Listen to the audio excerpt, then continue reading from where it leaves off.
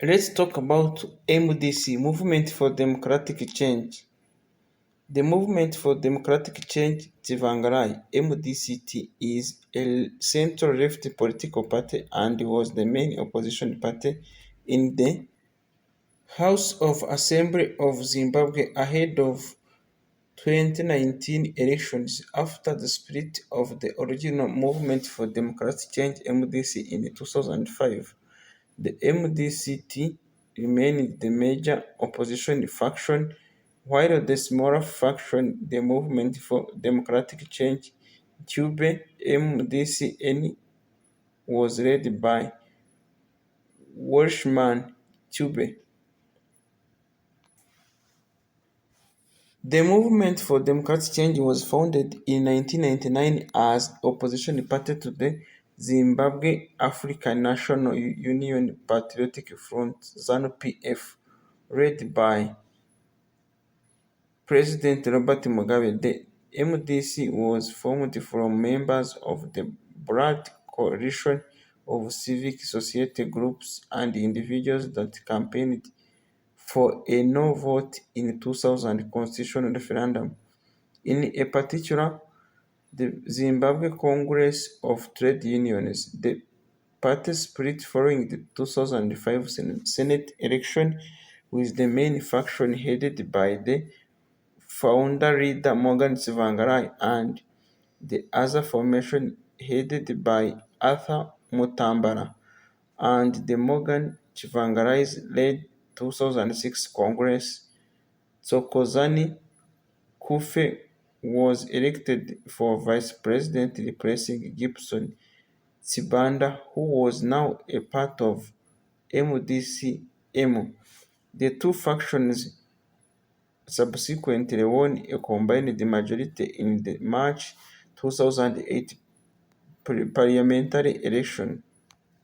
On 3rd August 2007, it was widely reported that two officials of the smaller Arthur Mutambara's-led MDC formation had defeated to the main Tsvangirai-led Movement for Democratic Change Zimbabwe formation.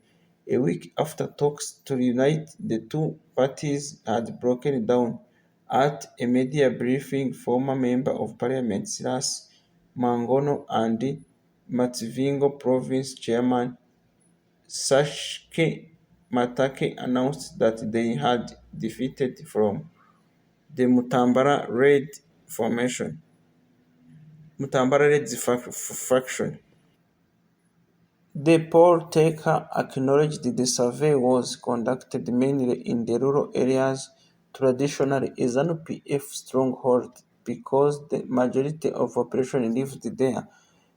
It polled 1,202 of eligible voters. Political negotiations. The Southern African Development Community (SADC) mandated South African President Thabo Mbeki to mediate between ZANU-PF and the MDC in April 2007 to create conditions for free and fair elections for the 2008 polls. Mbeki appointed Sydney Mufanadi, South Africa's Minister of Provincial and Local Government and Director General in the Presidency, Frank Chikane as the main mediator in the talks. All parties agreed to refrain from commenting on the progress of talks in the media. Due to that media of silence, it is relatively difficult to judge the progress of these talks, but both parties have agreed to constitutional amendments and the revision of certain key media and security laws. The MDC faction, led by Morgan Tsvangirai, threatened to pull out the talks if the conditions were not created in which free and fair elections could take place. In July and August 2008, the MDC and ZANU-PF entered into negotiations to settle electoral disputes and to reach a compromise. The talks were both mediated by the South African President Thabo Mbeki.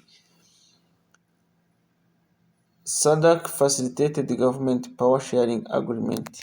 On 15 September 2008, the leaders of the 14 member South African Development Community SADC witnessed the signing of power sharing agreement brokered by Mbeki at the Rainbow Towers Hotel in Harare. Mugabe and Tsvangirai signed the deal to resolve the crisis. According to the deal, Mugabe will remain president, Tsvangirai will be the prime minister. The MDC will control the police, Mugabe's ZANU-PF party will command the army, and Mutambara will become deputy prime minister. Tendai Biti was confirmed as the finance minister in the GNU and sworn in on Wednesday, 11th November 2009. 2014 purported suspension of Tsvangirai and other leader after months of infighting following Tsvangirai's 2013 presidential bid. A group of party officials purported to suspend Tsvangirai for remarkable failure of leadership. During a meeting of National Council, Tsvangirai was accused of creating a divisive atmosphere within the party. 6 other leaders were suspended at the same time, furthering the political split within the MDC. Douglas Monzora, a spokesman for the party and one of the suspended leaders, accused the former finance minister and MDC general secretary Tendai Biti of helping Mugabe oust Tsvangirai. Tendai Biti and others involved in the incidents were on the form the MDC renewal, which became the People Democratic Party Zimbabwe.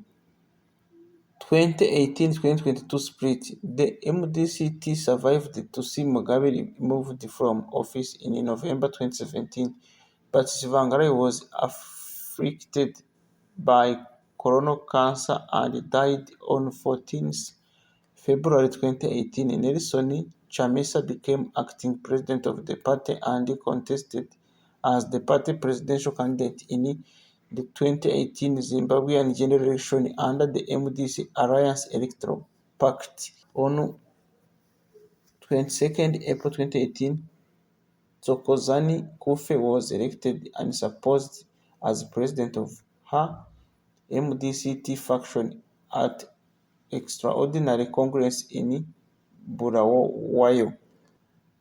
After the elections, the 3 member parties who were splinters of the original MDC, MDC-T, MDC-N and PDP reunited to form a single political party under the name MDC Alliance. Nelson Chamisa was elected president of the party and the MDC Congress held in May 2019. Then on 28 May 2020, the court ruled that MDCA is a party. In April 2020, Kupe is recognized as MDCT by Supreme Court. In December 2020, Kupe was removed from the position of the party president by Douglas Monzora amid strong claim of violence and cheating from her fans.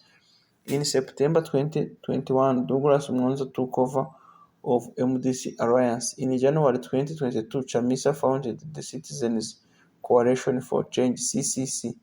He is backed by Welshman Ncube and Tendai Biti. In March, Ncube urged Zimbabweans to vote for the CCC in the monthly by-election. Political performance. Tsvangirai and Mutambara failed to unite on a single MDC candidate for the March 2008 presidential election.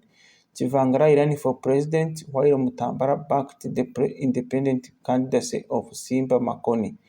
In the election, Tsvangirai won 47.9% of the votes according to Zimbabwe Electoral Commission results, ahead of Mugabe's 43.2%, necessitating a runoff because neither candidate won a majority.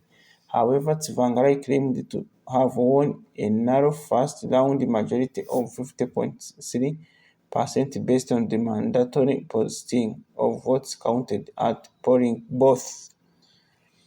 In the simultaneous parliamentary election, both factions contested most seats, with Tsvangirai faction winning 99 and Mutambara faction 10, compared with 97 for ZANU-PF, one independent, leaving 3 vacancies caused by the deaths of candidates. On 28th April 2008, the two factions of MDC announced that they were reuniting, thus enabling them to have a clear parliamentary majority but without a formal merger between the factions. International media reported that MDC members and supporters, including prominent activist Tsvangirai, who was murdered in May, was subjected to arrests, beatings, and killings during the campaign period for the second round of election. On 22nd June 2008, Tsvangirai announced at a press conference that he was withdrawing from the runoff against Mugabe due to be held on 27th June, describing it as a violent shame, and saying that his supporters risked being killed if they voted for him. He vowed that the MDC would ultimately prevail and that the victory could only be delayed. Notable party members: Morgan Tsvangirai, former president of Movement for Democratic Change, who died in February 2018 of colon cancer. Thokozani Kufe, former deputy prime minister, vice president, and member of parliament for Makokoba. Douglas Mwonzora, secretary general. Rav Moyo, national chairman and speaker of House of Assembly, member of parliament for Matobo North. Nelson Chamisa, acting president of party, former minister of communication, member of parliament for Kuwadzana Central. Elias Muzuri, organizing secretary, former minister of public works, member of parliament for Warren Park and former executive mayor of Harare. Ed Cross, MDC policy coordinator general and member of parliament for Bulawayo South. Royal Bennett, MDC treasury general and former deputy minister of agriculture designate, who died in January 2018 in a helicopter crash. Samsaka Mahilangu, MDC National Youth Chairman, former Deputy Minister of Employment Creation, Gender and Youth Affairs and Member of Parliament for Nkurumane. Felix Magarera Mafasibanda, MDC Provincial Spokesman and Member of Parliament for Magwegwe Bulawayo. David Anthony Chimini, founding member of MDC, first MDC National Administrator at its foundation in 1999 and MP for Mutasanos. Kahondo C. Tinotenda, former Secretary General of MDC National Youth Assembly, Director of the Zimbabwe Informal Sector Organization. B.T. Tendai, former Secretary General of MDCT, current Vice President of Citizens Coalition for Change and former Finance Minister of Zimbabwe 2009-2013. In summary, Movement for Democratic Change Tsvangirai, leader Thokozani Kupe, founder Morgan Tsvangirai, founded 2005, headquarters Morgan Tsvangirai House, 44 Nelson Mandela Avenue, Harare, Zimbabwe. Youth Wing, MDC Youth Assembly, ideology Social Democracy, left wing nationalism, political position central left, national affiliation MDC Alliance, international affiliation Socialist International Progressive Alliance, red and black in color, National Assembly 4 of 270. Thank you very much for being with us today. We have talked or discussed about MDC opposition party in Zimbabwe.